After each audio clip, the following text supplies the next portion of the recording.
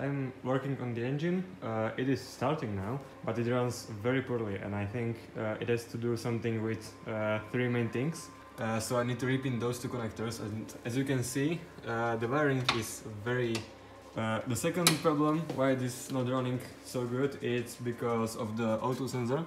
As you can see, this one. From what the internet told me, it should be now in some kind of limp mode. So temporarily I have just disconnected the auto sensor. And the third issue might be the timing of the DC itself, because I've just put it on like some completely random timing, and by loosening these three bolts you can rotate it a bit and change the timing. And by the way, I wanted to make this episode a bit more cinematic, but you might be wondering how I diagnosed that the two pins are switched. The OBD1 is actually not like a standard communication protocol, it's a proprietary Honda thingy, but there is a way that you can read the codes. If you go to the passenger side, under the glove box, there should be a connector with, like, it should look like this, green thingy somewhere in here, and it should have these two connectors tucked in. One is a 3-pin one and one is a 2-pin one. And you need to get a 2-pin one and short the pins together, so I just used a piece of wire. We'll be watching the check engine light. It should blink and give us the codes. So I will be turn the key once, and we see the check engine light. 1, 2, 3, 4. So this is the first code.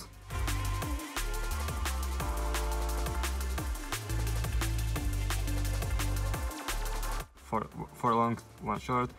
And then it repeats again. So these are just three codes I'm having. The 4 long, 1 small means the code is 41. And now, if I look just into a table of diagnostic codes, you can see that the first two problems are caused by the crankshaft position sensor and the distributor, which, given that I basically made the whole loom by myself, means that I probably fucked something with the cables. So I just went pin by pin. And by doing this, I found out that I have actually misplaced two wires between each other, and coincidentally, one is the crankshaft position, and the other one is the distributor. The last code, the 41 code, is due to the O2 sensor, which, as I've told you already, needs to be the heated one, the 4-wire one, but unfortunately I don't have that. Okay, I have disconnected the two pins. Switch them around, disconnected the diagnostic wire, and now hopefully it should start a lot more easily.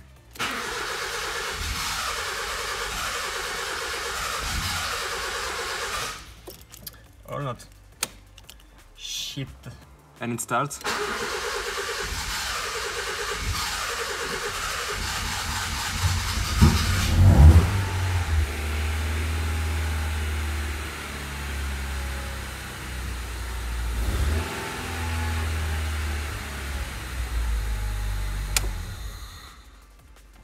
Okay, well, to be honest, it started perfectly fine just a second ago, but it is starting fine, and there is a spooder.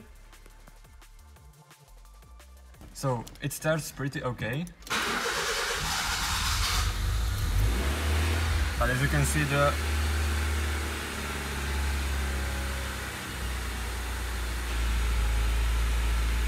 check engine light is still on. RPMs are way too high, and oh, it works. It is idling poorly, and I can hear some detonation, and I will turn it off because I will suffocate here. So now the only thing left is to build a programmer and flash the ECU or flash the EEPROM with a D15B7 base map with the O2 sensor checked off, or like the check O2 procedure disabled. So in the meantime, I've pulled out the passenger seat because it was annoying, and also I found the mug that is nasty that I was missing for a good half a year. And so somewhere here, there should be a, is here. I can feel the carpet is wet, and there should be a hole in the floor. It was at this moment that he knew. He fucked up. That I would like to fix, so that means I will have to pull the center console out, the back seats, probably even the driver seats, pull the carpet out.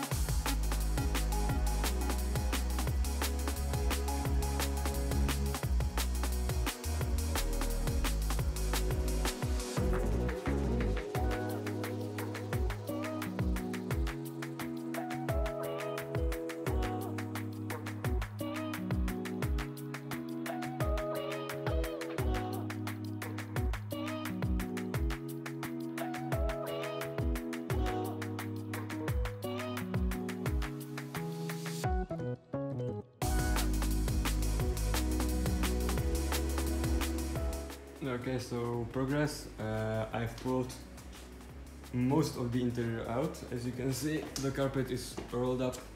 And for today, I will just pull the entire carpet out. So that means the seats, and the plastic thingy.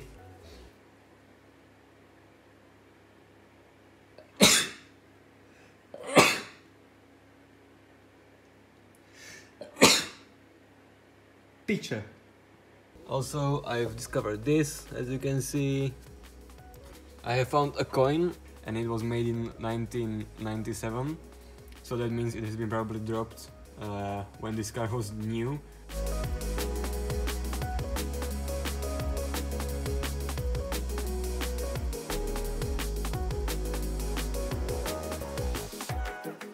The carpet is finally out, alongside with the seats, everything from in the trunk.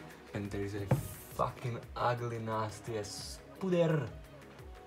Regarding the rust spots, there is this piece which I didn't knew about.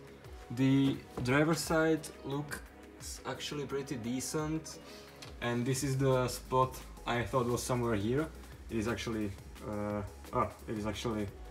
in the corner, and there should be a hole somewhere. This side as well, as you can see, it is not as bad as the other side. This is actually the body panel. It is ugly, but not rusted through. And the wheel well actually is peeling off, but it is still not rusted through. Where this part is looking a lot worse, but the wheel well, you can actually see the wheel. And there is also another hole that you can see the wheel through. So this is going to be fucking awful to fix. The trunk is actually a bit rusty, but it doesn't seem to be rusted through. It all seems to be just like surface rust. And that is the state of things for today. So yeah, I will be leaving somehow fixed. I don't know if I will be putting the back seats back. Okay, so it is the next day. I have started already removing some of the asphalt. The good news is that I thought there would be a hole, but there isn't, which is good.